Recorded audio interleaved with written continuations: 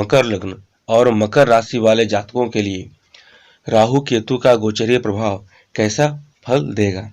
राहु केतु ये हमेशा वक्री चलते हैं, ये कभी भी मार्गी नहीं होते। अगर किसी व्यक्ति के लिए राहु सकारात्मक है तो केतु उसके लिए नकारात्मक फल प्रदान करता है, और अगर किसी के लिए केतु शुभ है तो राहु उसके लिए अशुभ हो जाता है।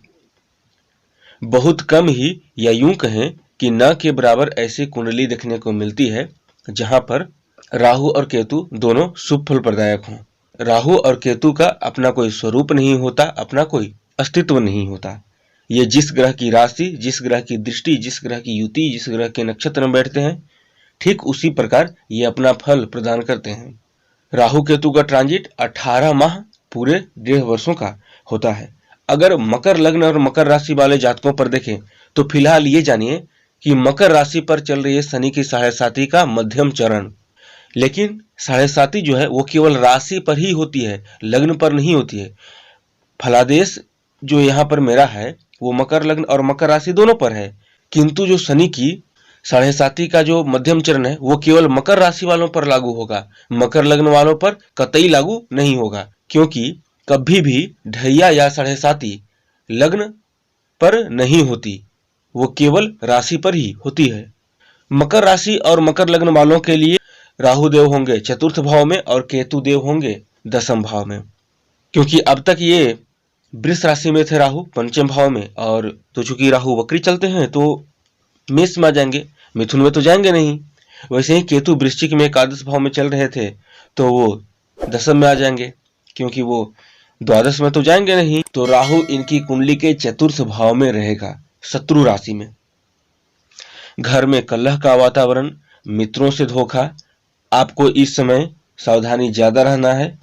कोई भी आपका कार्य है जिसमें आप सफलता प्राप्त करना चाहते हैं तो वो सफलता आपको नहीं मिलेगी, अभी आपको असफलता का हाथ लगेगा।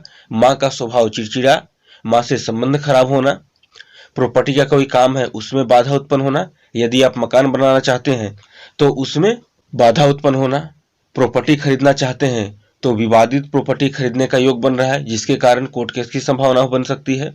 राहु की पंचम दृष्टि 8वें भाव पर, तो चोट चपेट एक्सीडेंट जैसी संभावना को दर्शाता है। कोई गुप्त रोग है या स्किन प्रॉब्लम है तो वो इस समय ज्यादा बढ़ सकती है। इसके अतिरिक्त राहु की दृष्टि 7वें 10वें भाव पर है जहां पर केतु ऑलरेडी विराजमान है, तो किसी भी कीमत पर आपके कार्य क्षेत्र में स्थिरता नहीं रहने देगा राहु। राहु की 9वीं दृष्टि 12वें स्थान पर है। ये एक फलादेश को आप लोग समझिए कि राहु 8वें भाव चोट चपेट एक्सीडेंट और आयु के भी भाव को देख रहा है, और 12वां भाव कोर्ट केस जेल यात्रा अस्पताल यात्रा के विभाव को देख रहा है। तो यहाँ पर राहु जो है 4 8 12 का पूरा पूरा कॉम्बिनेशन बना रहा है। चौथे में वो बैठा है, अष्टम और द्वादश को दृष्टि के द्वारा पीड़ित कर रहा है। तो चतुर्थ भाव धोखे का, 8वें भाव गलत कर्म का, गलत इन्वेस्ट का, और द्वादश भाव लॉस का, हानि का, 8वें भाव एक्सीडेंट का, ऑपरेशन का, और 12वां भाव अस्पताल का। 8वें भाव इलीगल काम, गैर कानूनी कामें हैं वो कर्म करने का, और 12वां भाव जेल यात्रा, कोर्ट की यात्रा। तो ये पूरा पूरा राहु का जो ट्रांजिट है वो निगेटिव कॉम्बिनेशन बना रहा है। केतु की बात करें तो केतु कुंडली के 10वें स्थान में है, कभी भी आपके कार्य क्षेत्र में स्थिरता नहीं रहने देगा। इस समय आप देखिएगा कि आपका जो कार्य क्षेत्र है वो एक जगह से दूसरा जगह, दूसरा जगह से तीसरा जगह, बार बार आपके कार्य क्षेत्र में स्थान परिवर्तन का योग बन रहा है। ट्रांसफर बार बार आपका होगा, एक जगह कभी भी अभी आपको 18 माह तक केतु टिक कर काम करने नहीं देंगे। हाँ, जिनकी बिजनेस जो एक जगह से दूसरी जगह, दूसरी जगह से तीसरी जगह यदि आने और जाने का काम करते हैं, या उनका कार्य ही ऐसा है कि आज यहाँ कल वहां परसों वहां, तो उनके लिए अच्छा रिजल्ट है।